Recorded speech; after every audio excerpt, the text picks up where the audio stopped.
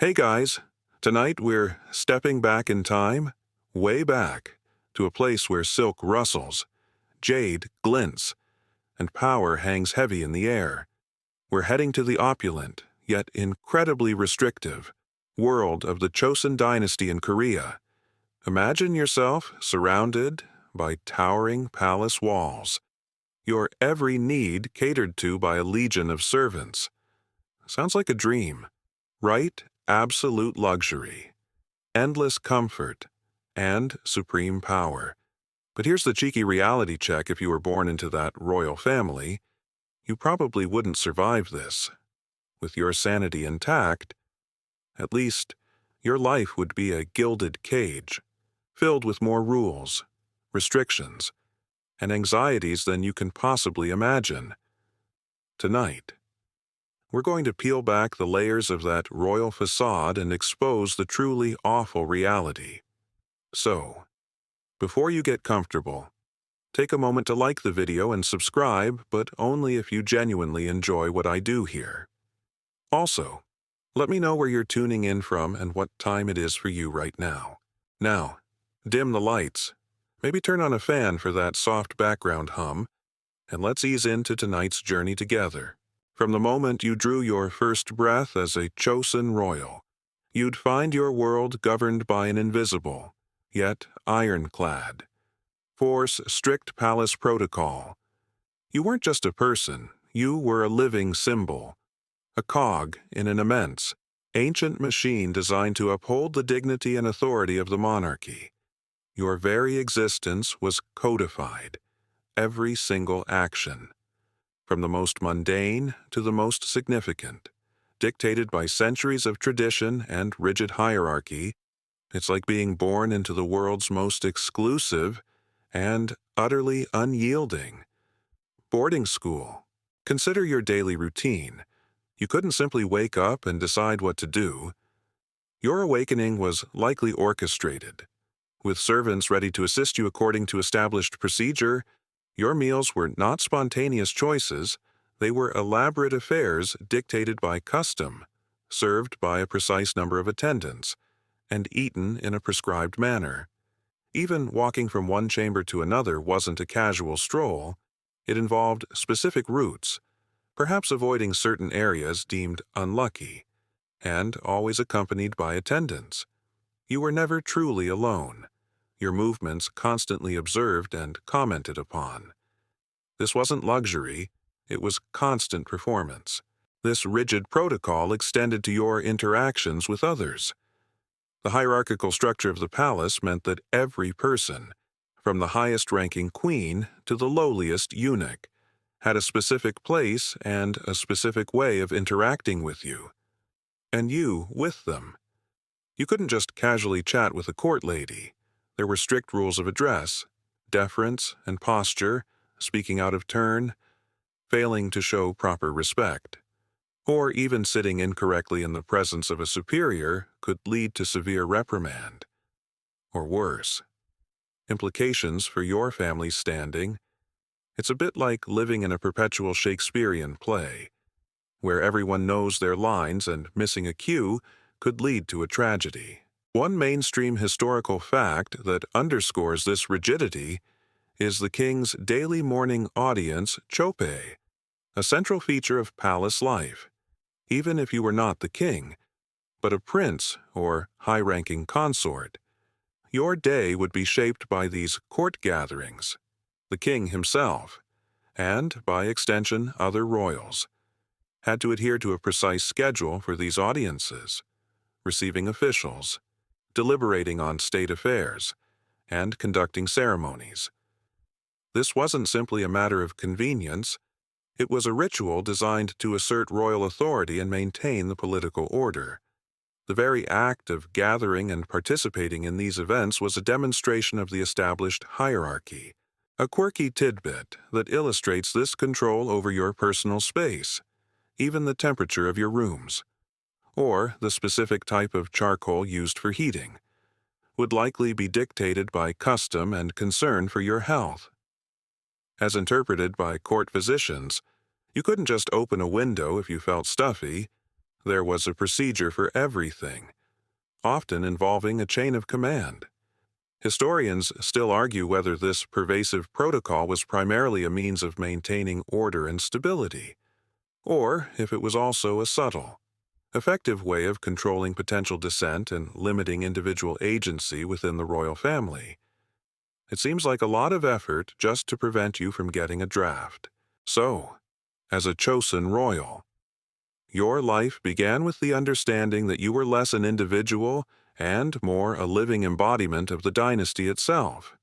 Your personal desires, comfort, and spontaneous whims were secondary, if they existed at all, to the relentless demands of a highly structured and utterly unforgiving protocol. You were always on stage, and the audience was the entire court, watching your every calculated move, building on the foundation of strict protocol. Your life as a Chosun royal wasn't just about adhering to rules. It was about living within a constant, elaborate performance. Your days, you'd quickly learn, were utterly consumed by endless rituals and etiquette. This wasn't merely about good manners. It was the very fabric of royal existence, deeply interwoven with Neo-Confucian philosophy, which emphasized order, hierarchy, and harmonious relationships through precise conduct.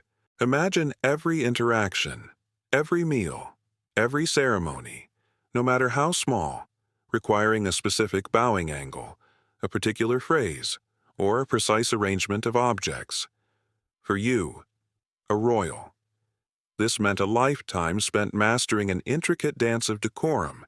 Even a simple greeting to your elder family members or a government official wasn't a casual hello. It involved specific gestures of respect, a carefully chosen form of address, and a deferential posture, all meticulously practiced from childhood. Failure to perform these rituals correctly wasn't just awkward, it could be seen as an insult, a challenge to authority, or even a bad omen. It's like living in a never-ending ballroom dance, where one wrong step can lead to a diplomatic incident. The scale of these rituals escalated dramatically for formal events. Think of state ceremonies, ancestral rites, or royal weddings. These weren't mere celebrations, they were meticulously choreographed spectacles designed to reinforce the legitimacy of the dynasty, appease the heavens, and display the emperor's supreme authority. You, as a royal, would often be a central participant, dressed in heavy, layered ceremonial robes, performing intricate movements, and enduring hours of solemnity. Every offering, every prayer, every piece of music played a specific role. You might spend days rehearsing for a single event, perfecting your part down to the smallest detail. One mainstream historical fact that highlights this is the ancestral rites Jongmyo performed at the Jongmyo Shrine. These elaborate ceremonies, dedicated to the deceased kings and queens of the dynasty, were among the most important royal duties. The king himself, along with other key royal family members, would participate in these long, complex rituals, involving specific music, dance, and offerings.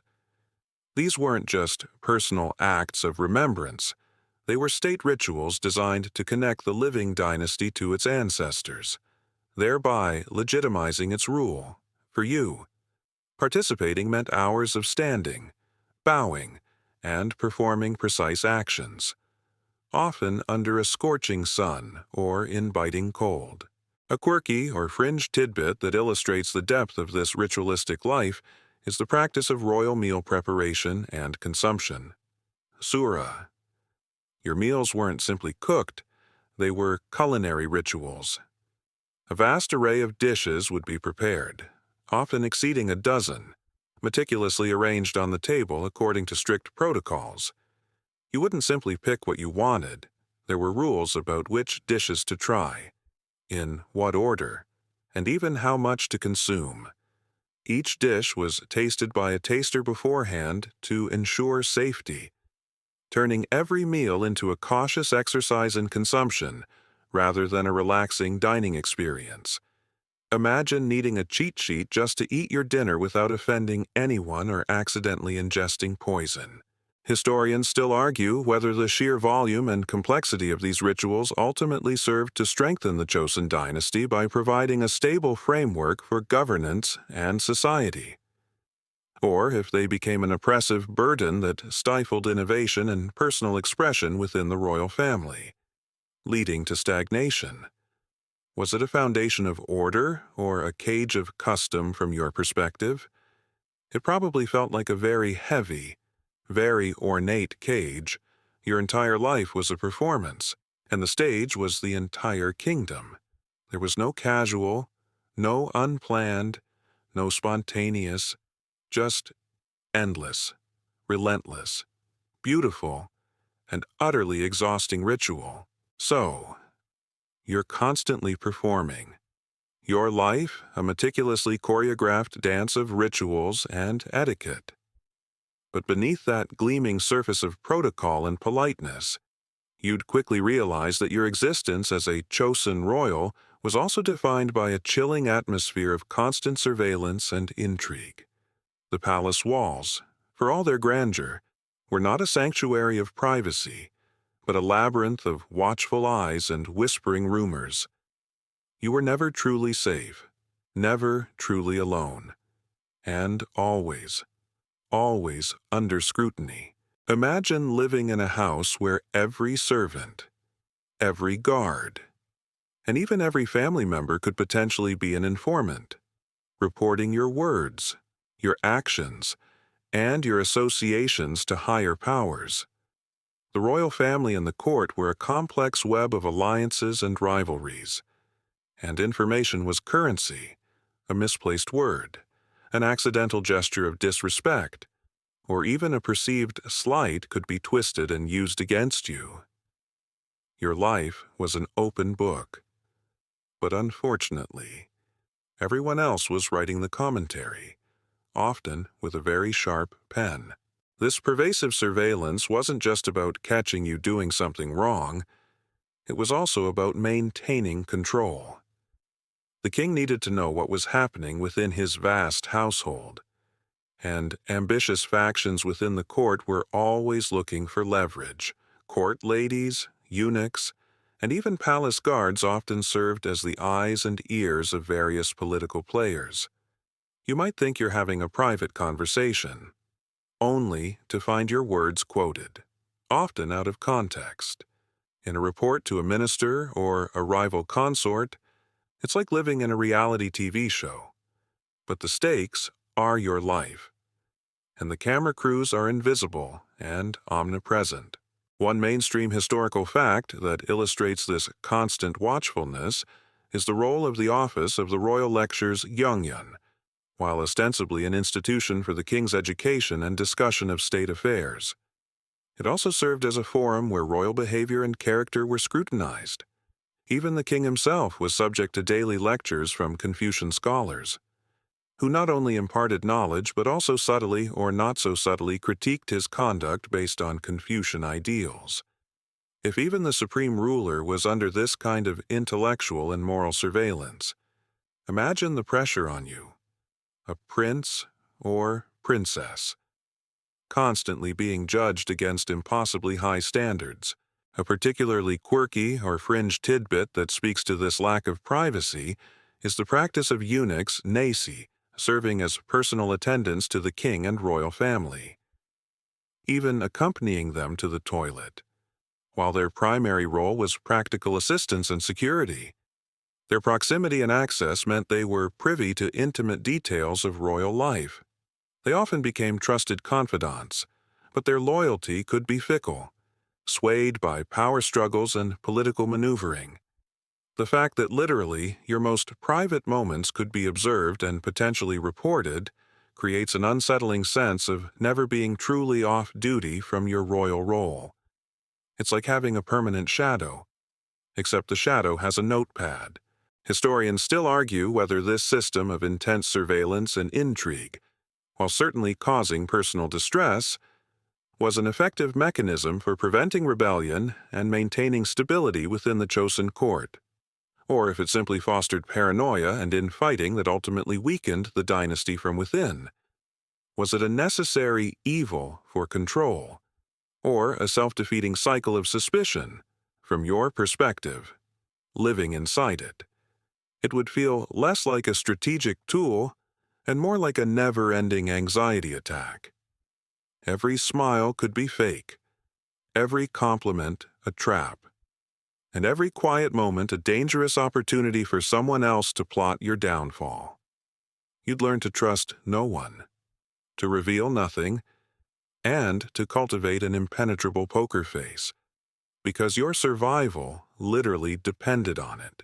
With constant surveillance and relentless ritual defining your existence, it becomes painfully clear that as a Chosun royal, you possessed an incredibly limited personal freedom, the very concept of making your own choices, pursuing your own passions, or even deciding where you wanted to spend your afternoon was almost entirely alien to your reality.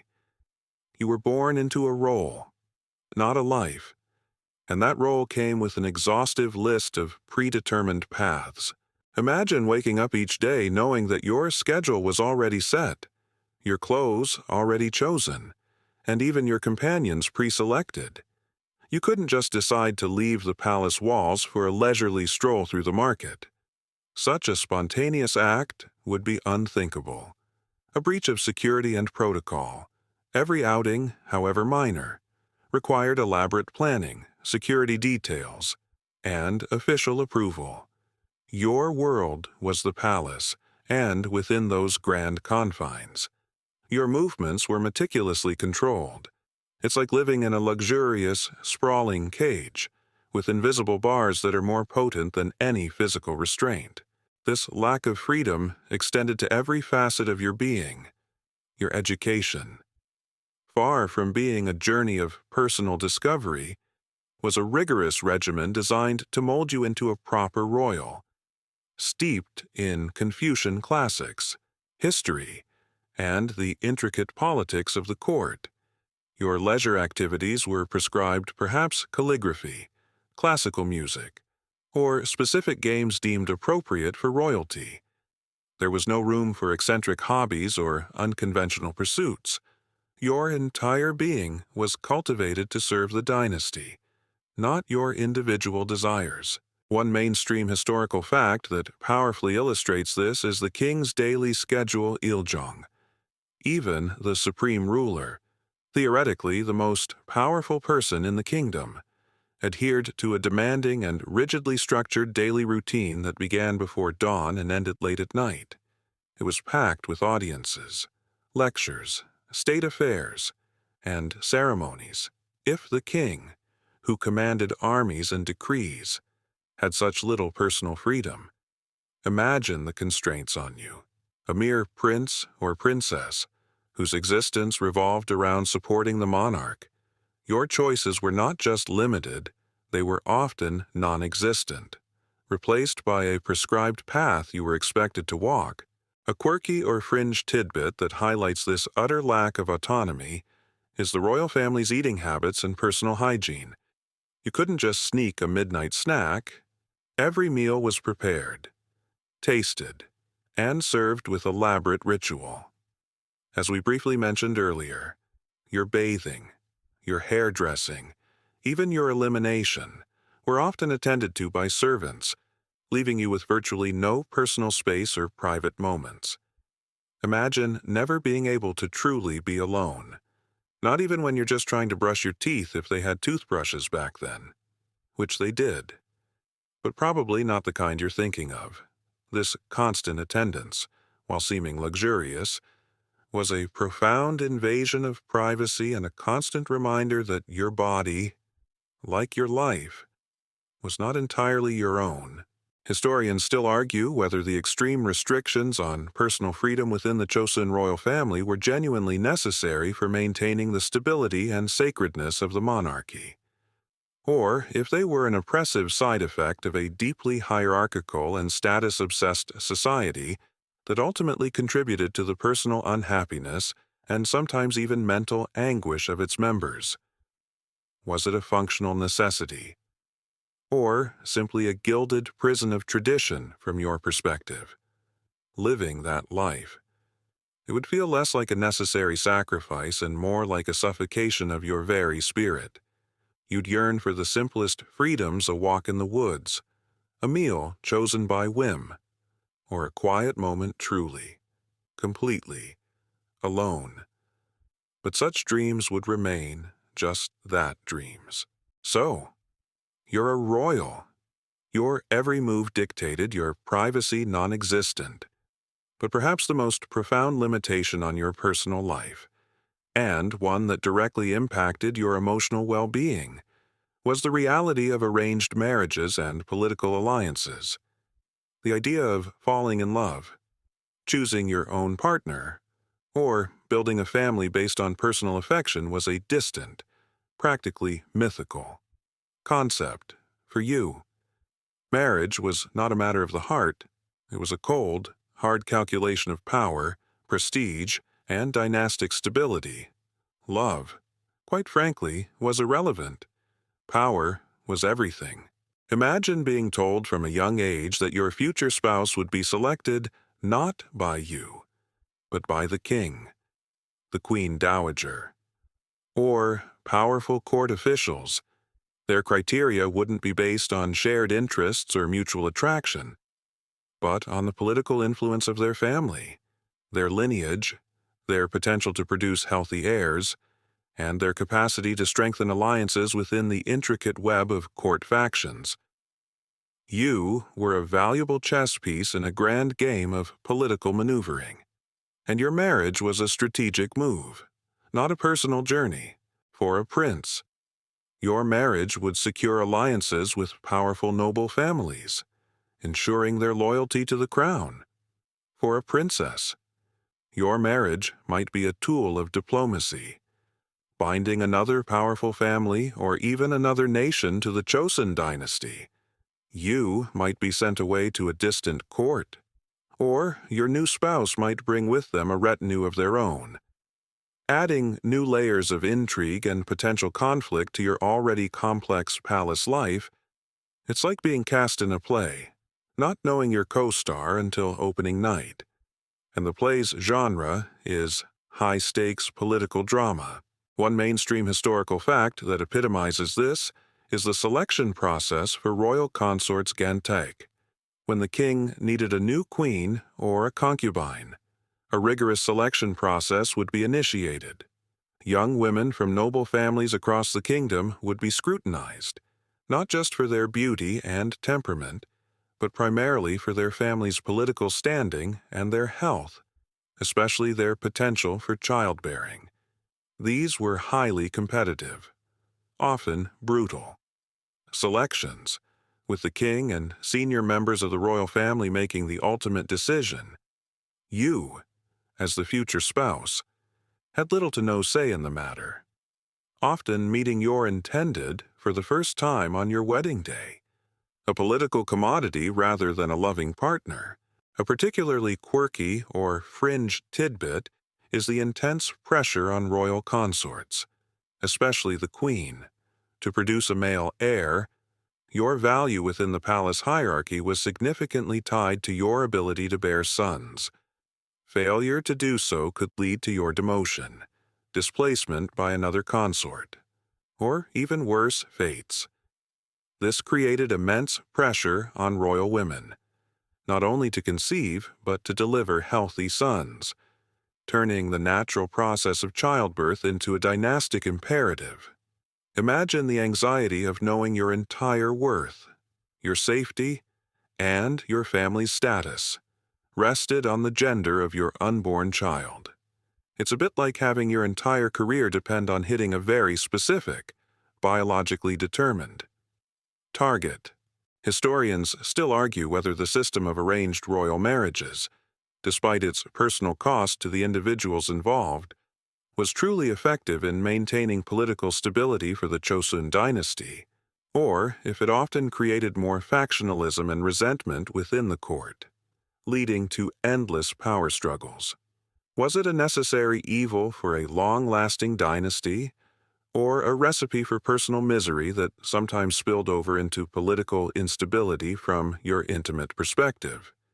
It would feel less like a strategic alliance and more like a permanent emotional sacrifice, a life lived without the simple comfort of choosing your own companion, your own confidant, your own love, the emotional toll of such a life. Always performing, always watched, always politically leveraged, would be immense. With your marriage dictated by politics and your daily life a tightly wound string of duties, your intellectual pursuits as a Chosun royal were similarly structured, leading to intense education and performance pressure. This wasn't about exploring your curiosities or pursuing a personal passion. It was a rigorous, often relentless, training regimen designed to mold you into an ideal Confucian ruler or a perfectly cultured royal consort. Your mind, much like your body and your relationships, was a tool for the dynasty. Imagine beginning your education at a very young age, perhaps even before you could properly string together a sentence. Your tutors, highly esteemed scholars, would be brought in to instill in you the vast body of Confucian classics, the Analects of Confucius, the Mencius, the Doctrine of the Mean, and the Great Learning. You would memorize vast passages, not just understanding their meaning, but internalizing their ethical and political implications. This wasn't light reading. It was the foundation of governance, morality, and social order. Every lesson was steeped in the expectation that you would one day apply this knowledge to the immense responsibility of ruling, or supporting the ruler. The pressure wasn't just to learn, it was to excel. Your performance in these studies was constantly evaluated, not just by your tutors, but often by the king himself, Queen Dowager, or other powerful figures. Your academic progress was a public affair, a reflection of your character and your potential. Failure to grasp complex philosophical concepts or to demonstrate sufficient diligence could be seen as a sign of weakness, a lack of intelligence, or even moral failing. It's like having your kindergarten report card determine your entire future career. But with far more severe consequences than detention, one mainstream historical fact that highlights this intense intellectual regimen is the royal lectures Gyeongyeon, which you've heard about before, for the king and crown prince. These were not just occasional lessons, but daily, hours-long sessions where they would discuss the classics, historical texts, and current affairs with a panel of top scholars. The king was expected not just to listen, but to actively participate, demonstrating his understanding and wisdom. For a young prince, this meant facing rigorous questioning and debate from the sharpest minds in the kingdom, with his every response scrutinized. Imagine trying to explain complex political theory to a room full of Nobel laureates every single morning, knowing your future depends on it. A particularly quirky or fringe tidbit related to this pressure was the emphasis on calligraphy and classical poetry. These weren't just artistic hobbies. They were considered essential skills for a cultured royal, demonstrating your mastery of the written word and your aesthetic sensibilities, both seen as reflections of your inner virtue and intelligence. You would spend countless hours perfecting your brushstrokes, aiming for elegance and precision, often mimicking the styles of ancient masters. Your ability to compose a spontaneous poem on a given theme could impress or embarrass.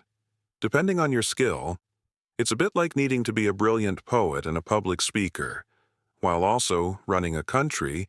Historians still argue whether this intense, Confucian-centric education fostered genuinely wise and capable rulers, or if it sometimes produced intellectually rigid individuals who were ill-equipped to handle the practical challenges and evolving complexities of governance outside the established theoretical framework.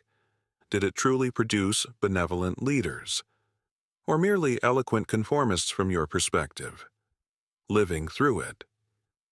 It would feel less like an intellectual journey and more like a relentless, high-stakes competition, where your mind was constantly tested, polished, and molded into a predetermined shape, with very little room for independent thought or genuine intellectual curiosity outside of the prescribed curriculum. The pressure to always perform, always impress, always adhere to the highest standards of Confucian scholarship would be an exhausting burden. With your mind constantly challenged and your schedule relentlessly packed, you might hope for some respite in your physical life. Yet, as a Chosun royal, even the most basic human needs like eating were transformed into intricate affairs, leading to harsh dietary restrictions and health woes. Far from being a luxury of endless delicious feasts, your diet was often a tool of control, a matter of political symbolism, and, ironically, a source of constant health anxieties. Imagine your meals. You might envision elaborate banquets, but your daily fare was often surprisingly restrained, especially for the king. While a wide variety of dishes would be presented, your actual consumption was carefully monitored. You couldn't simply indulge in whatever you craved. Court physicians and food supervisors dictated what you ate, how much, and even when, based on complex theories of balance often drawing from traditional Chinese medicine influences, similar to the humoral theory we discussed in the Greek context. But adapted to Korean thought, specific foods were believed to be hot or cold, warming or cooling, and your diet would be adjusted according to the season, your perceived constitution, and any existing ailments. It's like having a personal nutritionist, but one who believes cucumbers are the ultimate cure for a fever. This control wasn't just about health. It was also about security. Every single dish served to you, the royal, had to be meticulously prepared and rigorously tasted by multiple servants before it even reached your table. This was a critical safeguard against poisoning, a very real threat in the treacherous world of palace intrigue. Imagine never being able to trust that your food wasn't tampered with. Every meal a potential life or death gamble. This process, while necessary, certainly stripped away any joy from dining. One mainstream historical fact that illustrates this control is the role of the Suragan royal kitchen. This wasn't just a place where food was cooked, it was a highly organized institution with countless personnel dedicated to every aspect of royal cuisine. From sourcing ingredients to meticulous preparation and tasting, the complexity of the Suragan system ensured not only the king's safety, but also adherence to strict dietary protocols, often resulting in meals that, while visually impressive, could be bland or repetitive for the royal palate, designed for balance rather than flavor. A particularly quirky or fringe tidbit that might surprise you despite the emphasis on careful diet. Royal health was often precarious. This was partly due to the limited medical knowledge of the era, but also, ironically, due to the very lifestyle of a royal, the lack of exercise due to restricted movement, constant stress from palace politics, and sometimes overly restrictive or unbalanced diets despite intentions could lead to various ailments. Many kings suffered from chronic digestive issues, skin conditions, and even mental health problems, which were often attributed to imbalances that could not be truly cured by the available treatments. Imagine having all the best doctors in the kingdom, but they're still prescribing remedies that rely on guesswork and ancient theories. Historians still argue whether the elaborate dietary protocols of the Chosun court genuinely contributed to the longevity and health of its monarchs, or if the constant stress and lack of physical freedom ultimately undermined any benefits derived from their carefully managed meals. Was it a sophisticated system for health, or simply another layer of control that paradoxically contributed to royal infirmity from your perspective as a royal? The constant monitoring of your intake, the ritualistic nature of every bite, and the underlying fear of poison would make eating less of a pleasure and more of a stressful, necessary chore. You'd yearn for the simple freedom of grabbing a snack without an entire retinue watching you. So your body is meticulously controlled through diet, your mind through relentless education, and your spirit through endless ritual. This pervasive control extends to your physical world, leading to a profound sense of isolation and restricted movement. For you, a Chosun royal, the palace wasn't just your home. It was both a sanctuary and a meticulously crafted prison, designed to keep you safe from the outside world, but also to keep you contained. Imagine spending almost your entire life within the confines of those high palace walls. Your world would be grand, certainly, with beautiful gardens, ornate pavilions, and sprawling courtyards, but it would also be incredibly small, an enclosed universe. You couldn't simply walk out the palace gates and experience the bustling city beyond. Such an act would be an unthinkable breach of security, protocol, and indeed, your very identity as a sacred royal, your personal freedom to explore, to travel, or even just to experience the world outside the palace was virtually non-existent. Any movement outside the palace would be an enormous logistical undertaking, requiring elaborate planning, a vast escort of guards, and extensive preparations. It wasn't a casual outing, it was a state event. Even for the king, royal processions were rare and meticulously orchestrated, designed to display power and order rather than to offer personal enjoyment or freedom. For you, a prince or princess, such opportunities would be even rarer. If they occurred at all, you were essentially confined to your gilded cage, your view of the world filtered through the reports of others in the pages of books.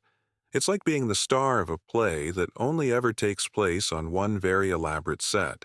This isolation wasn't just physical, it was social. Your interactions were largely limited to other members of the royal family, high-ranking officials, trusted eunuchs, and court ladies, all of whom had their own agendas and roles within the rigid hierarchy. You couldn't simply make friends with someone from outside the palace, or engage in spontaneous social gatherings. Every relationship was governed by status and expectation, this constant proximity to the same limited group of people, many of whom were engaged in political intrigue, could lead to a profound sense of loneliness and emotional constriction. One mainstream historical fact that underscores this confinement is the existence of the inner court Naijon and the outer court Oyon within the palace complex. The inner court was the exclusive domain of the royal family and their most trusted attendants, a highly restricted area. Access to it was tightly controlled, with numerous gates and guards. The outer court was for official business, where officials conducted state affairs. Your life as a royal would be largely confined to the inner court, creating a literal physical barrier between you and the wider world. A quirky or fringe tidbit related to this isolation is the limited exposure to common culture, or even the daily lives of your subjects. You would learn about the common people through reports and official documents, but rarely through direct interaction. You wouldn't know the sounds of the market, the smells of a village, or the simple joys of everyday life outside the palace. This detachment, while perhaps intended to maintain royal mystique, also fostered a profound disconnect between the rulers and the ruled. It's a bit like trying to understand an entire country by only reading its government reports, never actually stepping foot in it.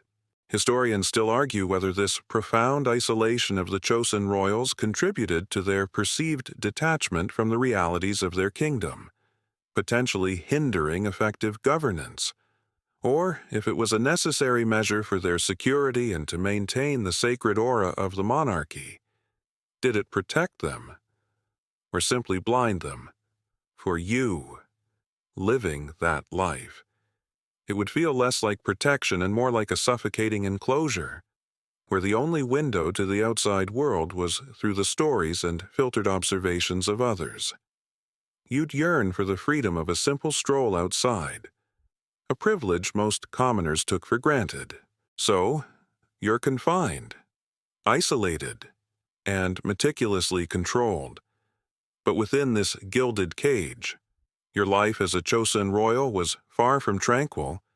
Instead, it was often a perilous dance through constant power struggles and factionalism.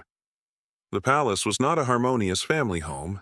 It was a viper's nest of ambition, rivalry, and political maneuvering, where your very survival depended on navigating treacherous alliances and avoiding fatal missteps. Imagine a chess game played with human lives, where the pieces are members of the royal family, high-ranking officials, and powerful noble clans. The stakes were immense control over the king, influence on policy, and the accumulation of wealth and status, and you, as a royal, were always a pawn, a knight, or perhaps even a king in this dangerous game. Your family background, your mother's lineage, your perceived intelligence, and even your health could become weapons in the hands of rival factions. These power struggles weren't just about abstract political ideals. They were deeply personal and often ruthless. Consorts vied for the king's favor, hoping to elevate their own family's status and secure their children's future. Court officials formed intricate networks of patronage and influence, constantly plotting to undermine rivals and promote their allies. Every promotion, every marriage, every new royal birth could shift the delicate balance of power, creating new opportunities for some and existential threats for others. It's like living in a perpetual season of a very cutthroat reality show, where the voting off is often permanent. One mainstream historical fact that profoundly illustrates this is the struggle between political factions Bungdang. Chosun politics was characterized by the rise and fall of various scholarly factions, often centered around different interpretations of Confucianism or regional loyalties. These factions would constantly contend for influence over the king and the government. As a royal, you were inevitably caught in the middle. Your marriage might align you with one faction, making you an enemy of another. Your words, however innocent, could be interpreted as favoring one group over another, leading to dangerous consequences. The king himself often struggled to balance these factions, sometimes leading to purges and executions of entire families. A particularly quirky or fringe tidbit that highlights the intensity of this intrigue is the widespread belief in black magic and curses juju within the palace. While officially condemned, the fear of hexes and dark rituals was very real, especially among royal women vying for the king's affection or for their son to become heir. Accusations of using black magic against a rival could lead to brutal investigations, torture, and execution. Imagine having to not only guard against political enemies, but also the constant threat of being accused of sorcery, a charge that could cost you your life and destroy your entire lineage. It's a bit like playing a game of Clue, where one of the weapons is a cursed doll. Historians still argue whether the inherent factionalism of the Chosun court was a sign of a robust, albeit contentious, political system, or if it was a corrosive force that ultimately weakened the monarchy and made it vulnerable to internal strife and external threats. Did this constant struggle for power make the dynasty stronger through competition? Or did it bleed it dry from within? From your personal experience as a royal, it would feel like walking a tightrope over a pit of vipers. Every day presented a new risk, a new rumor, a new enemy lurking in the shadows. You'd learn to be constantly vigilant, to speak cautiously, and to trust no one, because a wrong move could spell disaster not just for you, but for your entire family. The palace was a beautiful prison. Yes, but it was also a battlefield where alliances shifted like sand. The constant pressure of power struggles and factionalism naturally leads to the ultimate, most dangerous game within the Chosun Palace succession crises and sibling rivalry. If you were a prince, especially, your entire existence was overshadowed by the precarious path to the throne. The coveted prize of kingship was also a profoundly dangerous one, turning potential allies into deadly rivals, often within your own family. Imagine being born into a family where your brothers, cousins, and even uncles were not just relatives, but competitors in a high-stakes race where the loser often paid with their life. The Chosun dynasty, like many monarchies, had no strict primogeniture law where the eldest son automatically inherited. While the eldest son of the queen was usually favored, the king could, in theory, choose any of his sons or sometimes even a nephew as the crown prince. This ambiguity was a constant source of tension and a breeding ground for intrigue. Every illness of the king, every perceived favoritism towards one prince, every political maneuver by a consort or a noble faction could ignite a succession crisis. For you, a young prince, this meant a childhood steeped in cautious competition. Your academic performance, your martial skills, your adherence to Confucian virtues, and your ability to garner support from powerful factions were all meticulously observed. Every achievement was a step forward, but also an invitation for jealousy and sabotage from your rivals. You would grow up knowing that your own siblings, with whom you shared blood, could become your most dangerous enemies. Plotting your downfall to secure their own rise to power, it's like being in a never-ending job interview with your brothers.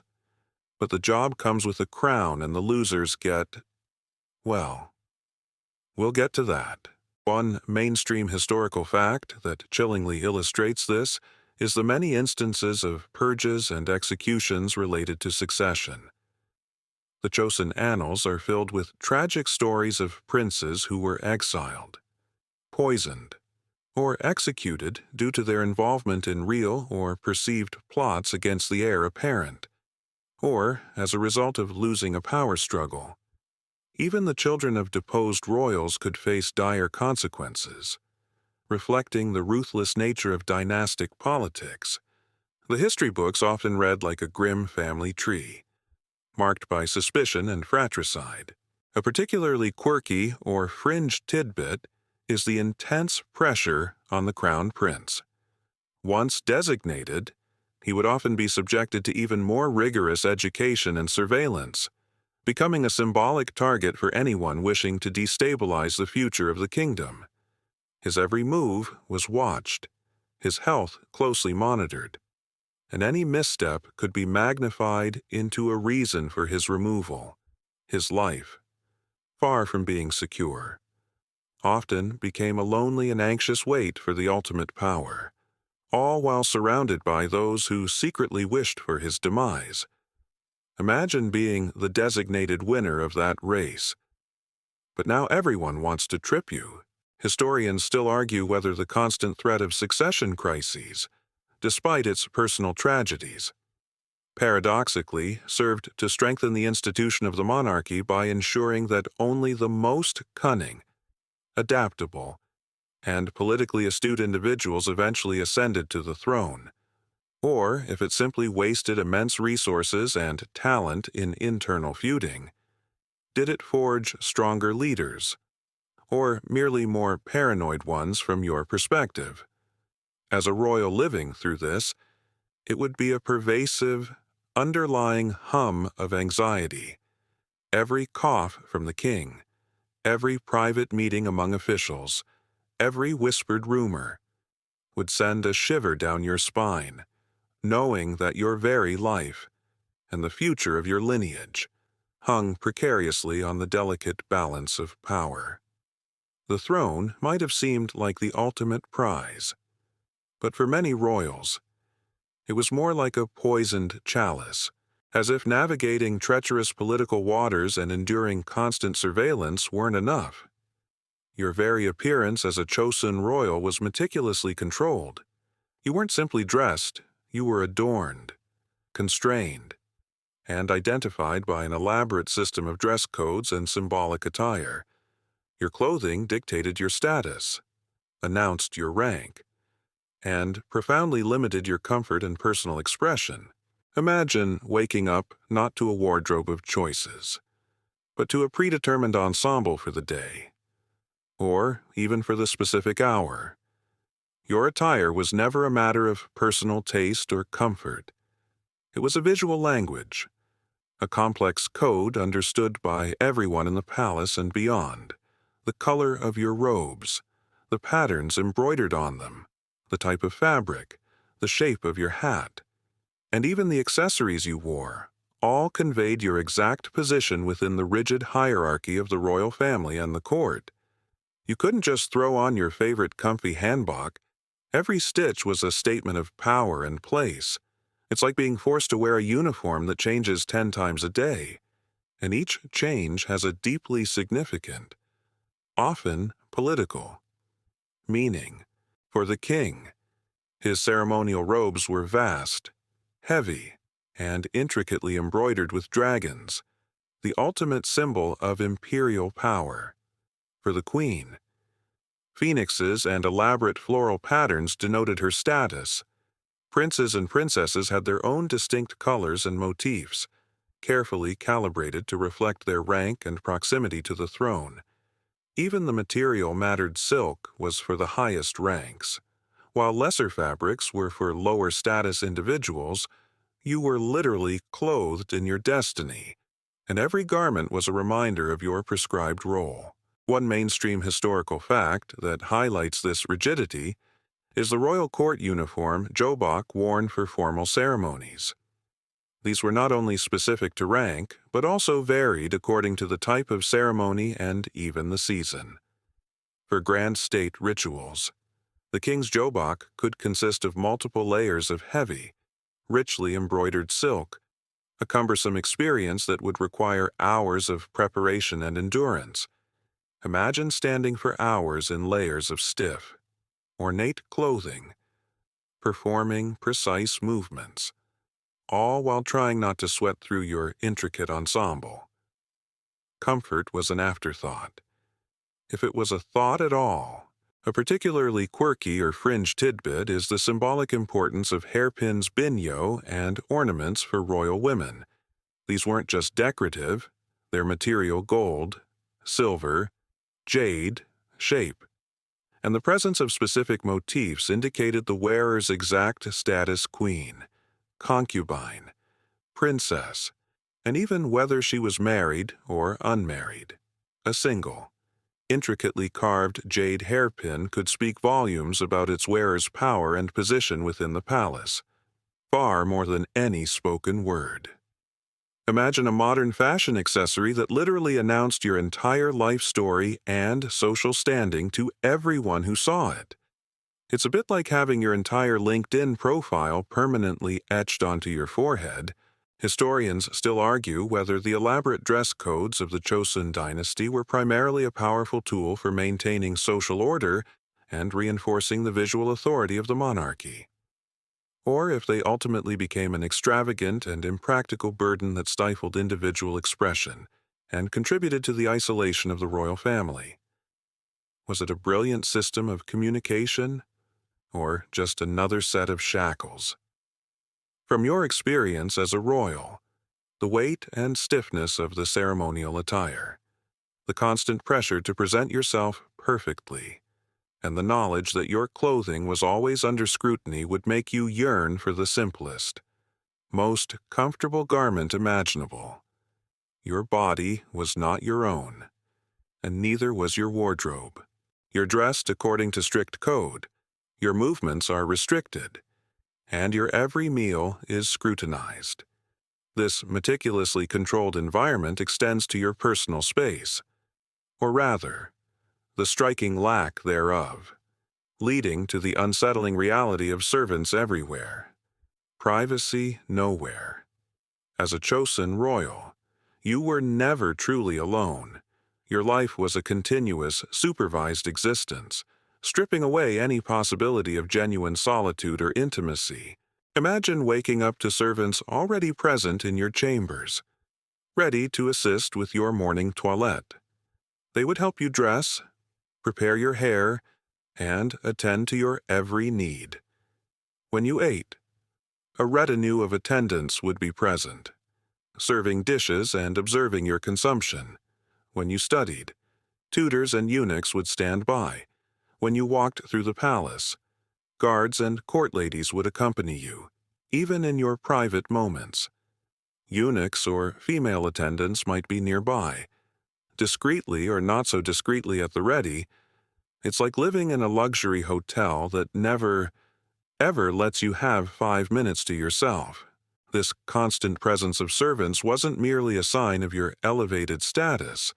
It was a fundamental aspect of royal life, interwoven with security, protocol, and the sheer inefficiency of managing a vast palace.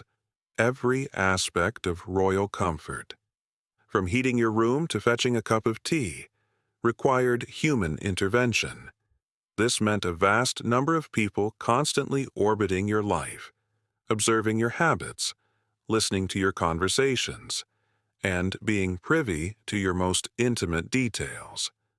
Your bedroom was not a private sanctuary, but a space shared with those whose job it was to serve your every whim, and perhaps to report on your every action. One mainstream historical fact that profoundly demonstrates this lack of privacy is the sheer scale of the palace staff. The Chosun royal palace housed thousands of individuals eunuchs, court ladies, guards, cooks, maids, scholars, and artisans. This immense human infrastructure existed solely to serve the royal family and manage the affairs of the court. With so many people living and working in close proximity, and with loyalty often shifting with the political winds, genuine privacy was an illusion. Any quiet conversation you might have, any moment of emotional vulnerability, could easily become fodder for gossip or political leverage. A particularly quirky or fringe tidbit is the concept of royal bodily waste eunuch handled. Even your trips to the latrine were likely attended by eunuchs. Who would handle the removal of your waste? This wasn't just a matter of convenience. It was also a security measure, preventing any potential use of your waste for black magic or other nefarious purposes, and a testament to the fact that no bodily function, however private, was truly unobserved. Imagine not even being able to have a truly private moment in the bathroom. It's a bit like having your own personal, very discreet, paparazzi at all times. Historians still argue whether this pervasive lack of privacy and constant presence of servants, while a defining feature of royal life, ultimately fostered a sense of detachment and isolation in the royals, making it difficult for them to form genuine personal connections, or if it simply provided an extensive support system that allowed them to focus solely on their duties. Did it create a sense of secure service, or a feeling of suffocating observation from your perspective as a royal?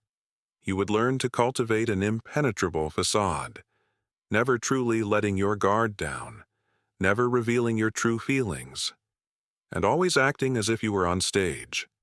The simple luxury of being genuinely, utterly alone.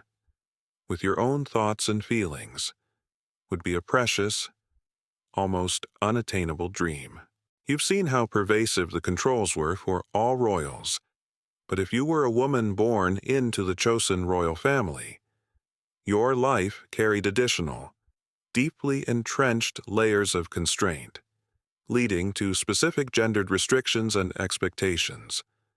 While men struggled with political intrigue and the burden of succession, you, as a princess or queen, navigated a world defined by the inner quarters, where your power was indirect, your influence subtle, and your purpose often reduced to a singular, vital function: procreation.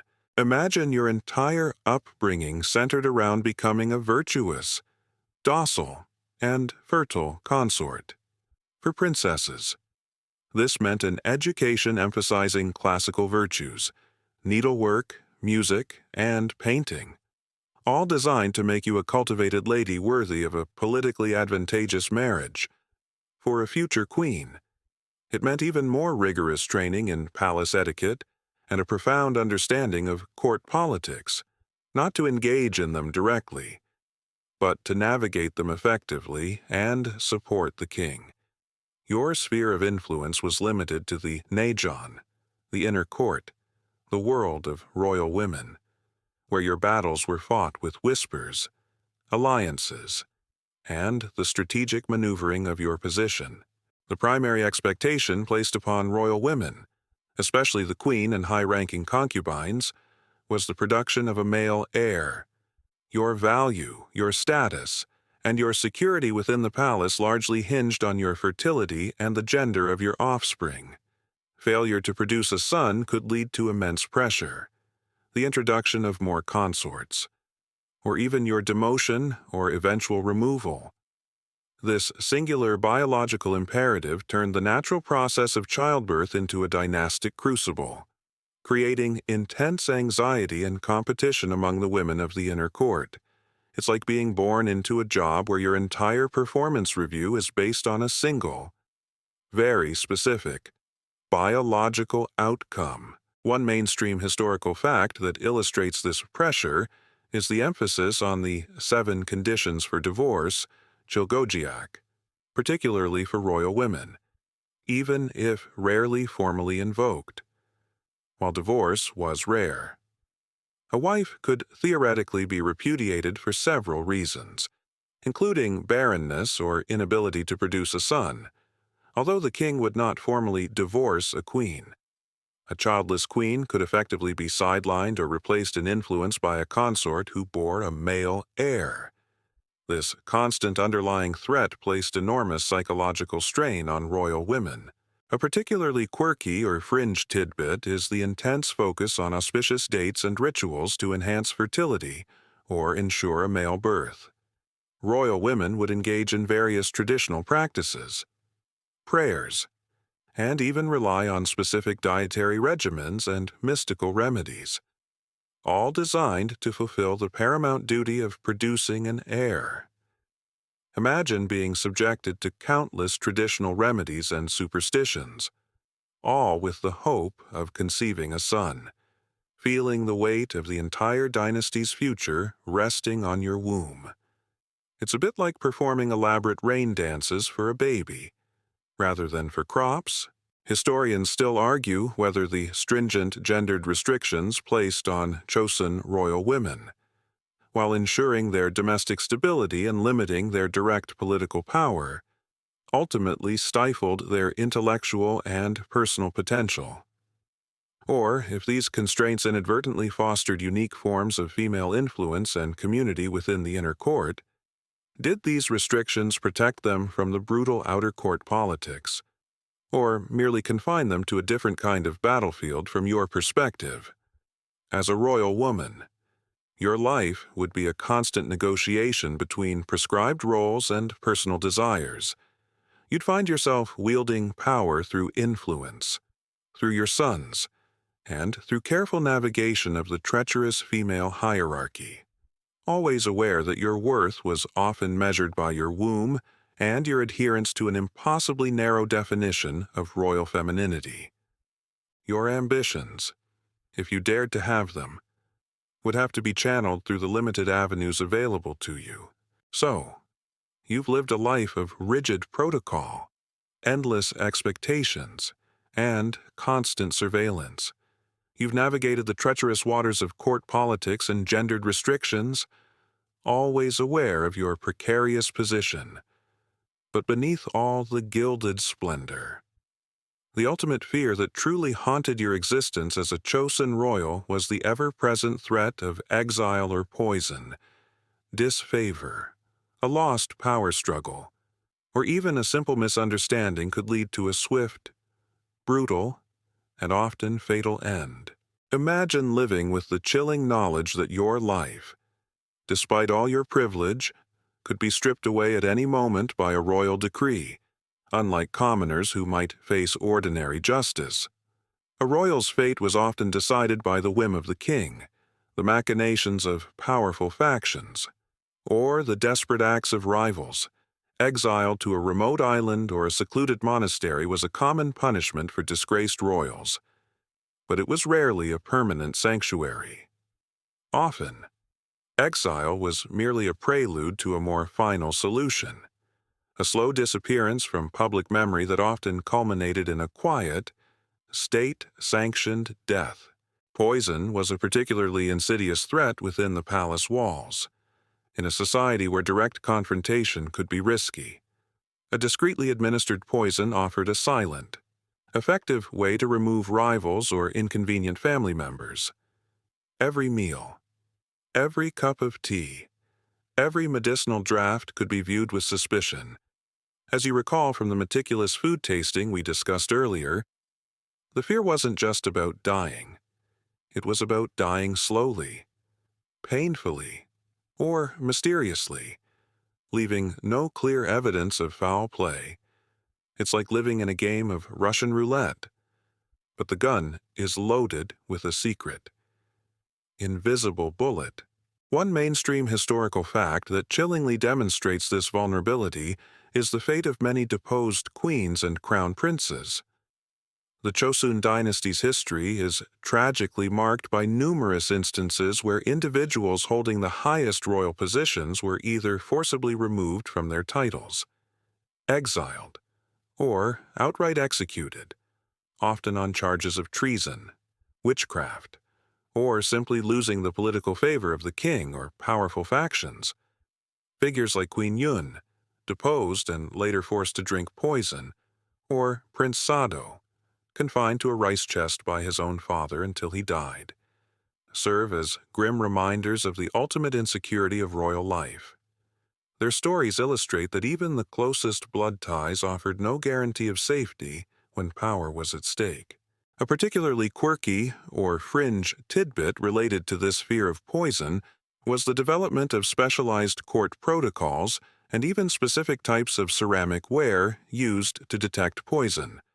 Though their efficacy was often more symbolic than scientific, the presence of these measures underscores the very real, pervasive anxiety about assassination within the palace. Imagine every dining utensil, every bowl, having a specific ritual associated with it, designed to detect a threat that might not even be there. It's a bit like having a bomb squad check your sandwich every day. Historians still argue whether the frequency of these harsh punishments and assassinations was a sign of a fundamentally unstable dynastic system, or if it was a brutal but effective means of maintaining control and deterring dissent in an era without modern policing or widespread legal recourse. Did it ensure stability, or merely breed deeper resentment and more cunning plots from your perspective?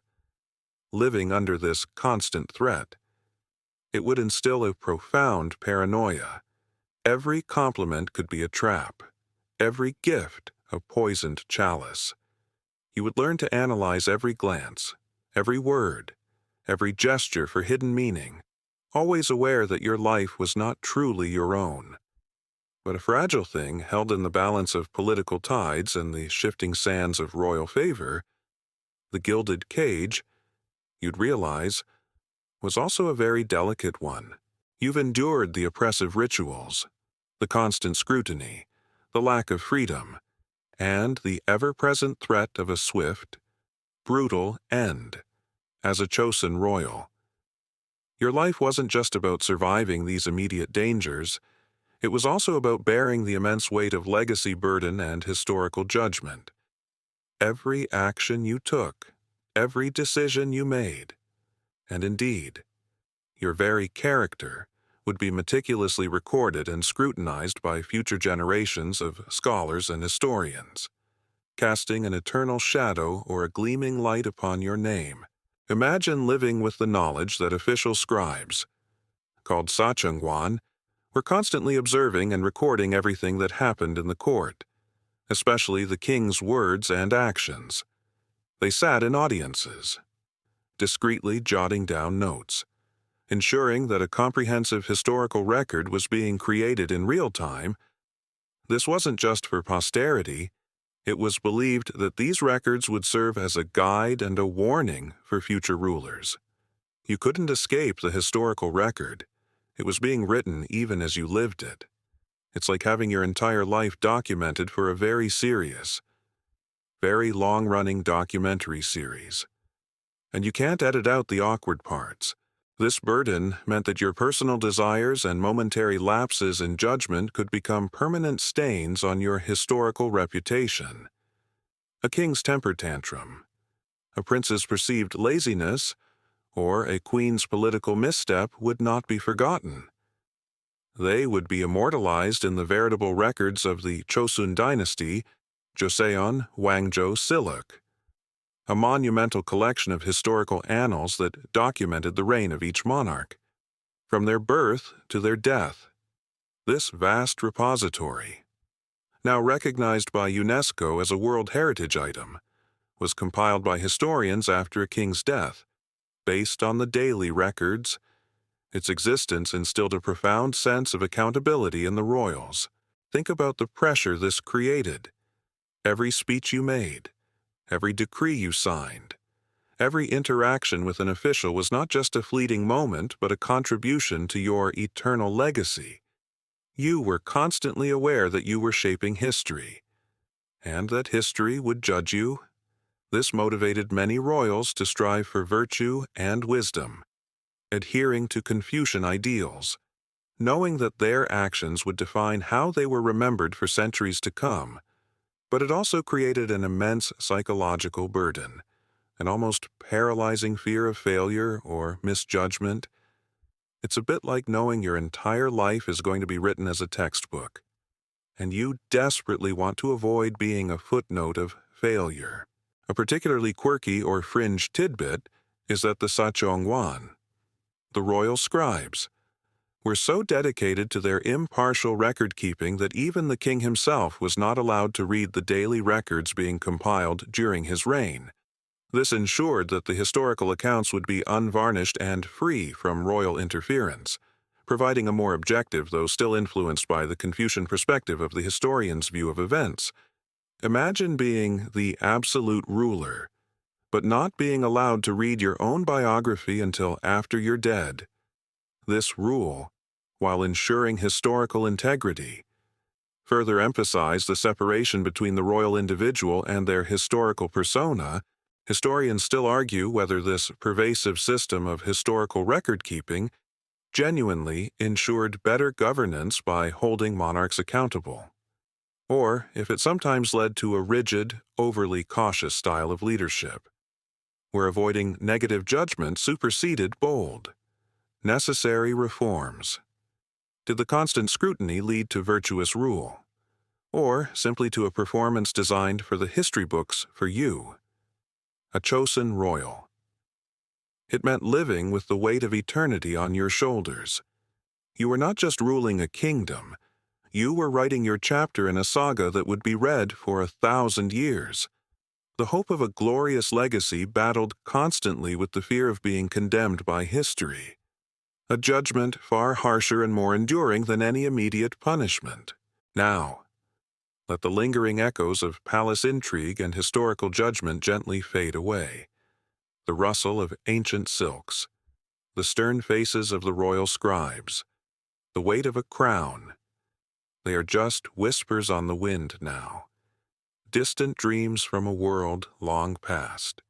You can slowly release the imagined burdens of ancient royal life, the endless ceremonies, the watchful eyes, the fear of poison, and the heavy mantle of legacy. That life, with all its complexities and constraints, belongs to history, not to your peaceful present. Feel the soft hum of the fan, the comfortable quiet of your room, and let your mind settle into stillness. There are no more strict protocols, no more urgent decrees, no more judgments to fear here. Just the quiet comfort of your own space, your own time. Drift into a deep, untroubled rest. End of script. Sweet dreams.